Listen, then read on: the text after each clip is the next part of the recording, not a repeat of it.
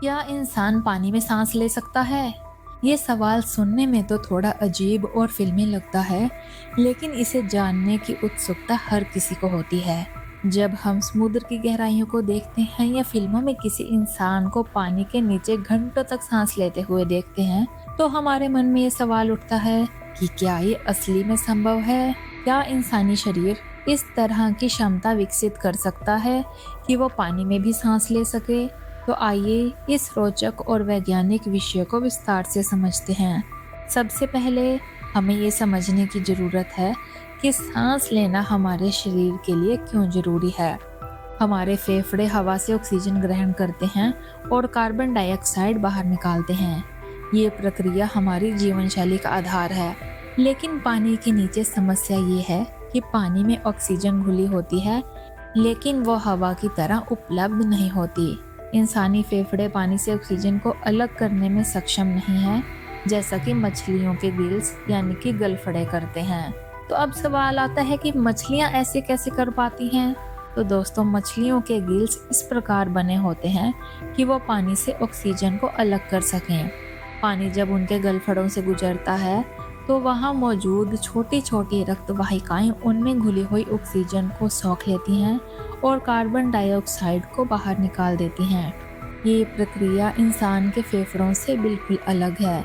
इंसानी फेफड़े केवल हवा से ऑक्सीजन ग्रहण करने के लिए डिज़ाइन किए गए हैं और वो पानी में घुली ऑक्सीजन का उपयोग नहीं कर सकते। तो अब आप सोच रहे होंगे कि क्या किसी तकनीक के ज़रिए ऐसा कोई तरीका विकसित किया जा सकता है जिससे इंसान पानी में सांस ले सके? तो इसका जवाब है शायद हाँ, लेकिन इसकी अपनी सीमाएं और चुनौतियां हैं। वैज्ञानिकों ने इस दिशा में काफ़ी काम किया है। एक ऐसी तकनीक को विकसित करने की कोशिश की जा रही है जिसे लिक्विड ब्रीदिंग कहते हैं। लिक्विड ब्रीदिंग एक ऐसी प्रक्रिया है जिसमें इंसान को एक विशेष प्रकार की तरल में सांस लेने के लिए रखा जाता है। ये तरल यानी कि ये लिक्विड ऑक्सीजन से भरा होता है और फेफड़ों में भर सकता है, जिससे शरीर को ऑक्सीजन की आवश्यकता पूरी हो सके। इस विचार पर काम करते हुए वैज्ञानिकों ने कुछ प्रयोग किए हैं, खासकर चिकित्सा के क्षेत्र में। कुछ मामलों में इस तकनीक का उपयोग प्री मैच्योर बच्चों के लिए किया जाता है जिनके फेफड़े पूरी तरह विकसित नहीं हुए थे। लेकिन इस तकनीक को इंसानों के लिए पूरी तरह विकसित करना अभी भी एक चुनौती है। इसके अलावा हम ये भी देखते हैं कि कुछ जानवर जैसे कछुए और मगरमच्छ लंबे समय तक पानी के नीचे रह सकते हैं। वो अपनी ऊर्जा को धीमा कर लेते हैं और ऑक्सीजन के इस्तेमाल को कम करते हैं। क्या इंसान इस तरह की कोई क्षमता विकसित कर सकता है? इसका जवाब आंशिक रूप से हाँ है, क्योंकि इंसानों के पास भी डाइविंग रिफ्लेक्स नामक एक स्वाभाविक प्रक्रिया होती है और जब कोई व्यक्ति पानी के अंदर जाता है तो उसका दिल धीमा हो जाता है और शरीर केवल महत्वपूर्ण अंगों को ऑक्सीजन पहुंचाने पर ध्यान केंद्रित करता है। यही कारण है कि कुछ पेशेवर गोताखोर कई मिनटों तक अपनी सांस रोक सकते हैं। हालांकि ये प्रक्रिया सीमित है और पूरी तरह पानी में सांस लेने जैसी नहीं है। इसके लिए इंसान को अपनी शारीरिक संरचना को पूरी तरह बदलने की आवश्यकता होगी, जो लाखों लोगों की जैविक विकास प्रक्रिया के बिना संभव ही नहीं है। एक और पहलू पर बात करें तो विज्ञान और टेक्नोलॉजी के जरिए ऐसे उपकरण बनाए गए हैं जो इंसान को पानी में लंबे समय तक रहने में मदद करते हैं। उदाहरण के लिए स्कूबा डाइविंग में उपयोग किए जाने वाले उपकरण। ये उपकरण व्यक्ति को सिलेंडर में भरी हवा का उपयोग करके पानी के अंदर सांस लेने में मदद करते हैं, लेकिन ये तकनीक भी सीमित है और पूरी तरह पानी में सांस लेने जैसी नहीं है। अब सवाल ये उठता है कि भविष्य में क्या होगा? क्या इंसान कभी पानी में सांस ले सकेगा?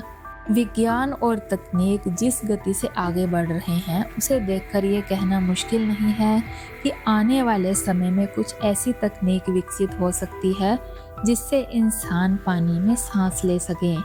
लेकिन इसके लिए हमें ये समझना होगा कि ये केवल तकनीक की बात नहीं है। इसमें हमारे शरीर की जैविक संरचना, नैतिक मुद्दे और पर्यावरणीय प्रभाव भी शामिल है। ये भी ध्यान देना जरूरी है कि अगर इंसान को पानी में सांस लेने की क्षमता मिल जाती है तो इसका हमारे जीवन और पर्यावरण पर क्या प्रभाव पड़ेगा। क्या इसका मतलब होगा कि हम समुद्र में रहने लगेंगे, या इससे हमारी पृथ्वी के पारिस्थितिकी तंत्र पर कोई नकारात्मक प्रभाव पड़ेगा? इन सवालों के जवाब खोजना भी उतना ही जरूरी होगा जितना कि इस तकनीक को विकसित करना। तो अंत में हम ये कहेंगे कि वर्तमान में इंसान पानी में सांस नहीं ले सकता, क्योंकि हमारी जैविक संरचना इसके लिए डिज़ाइन ही नहीं की गई है।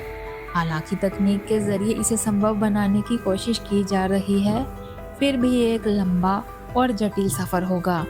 जब तक ऐसा संभव नहीं होता, तब तक हमें ये समझना होगा कि हमारा शरीर पानी के अंदर रहने के लिए नहीं, बल्कि सतह पर रहने के लिए बना है। पानी में सांस लेने की ये कल्पना भले ही रोमांचक लगे, लेकिन ये हमें हमारी प्रकृति और विज्ञान के अद्भुत संतुलन को समझने का एक मौका देती है। इंसानी क्षमताओं की सीमा क्या है, ये जानने के लिए विज्ञान और प्रकृति की इस जादुई यात्रा का हिस्सा बने रहना बहुत दिलचस्प होगा।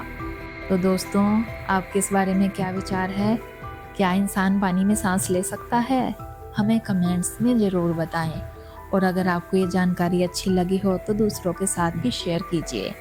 मिलते हैं अगली वीडियो में, तब तक के लिए धन्यवाद।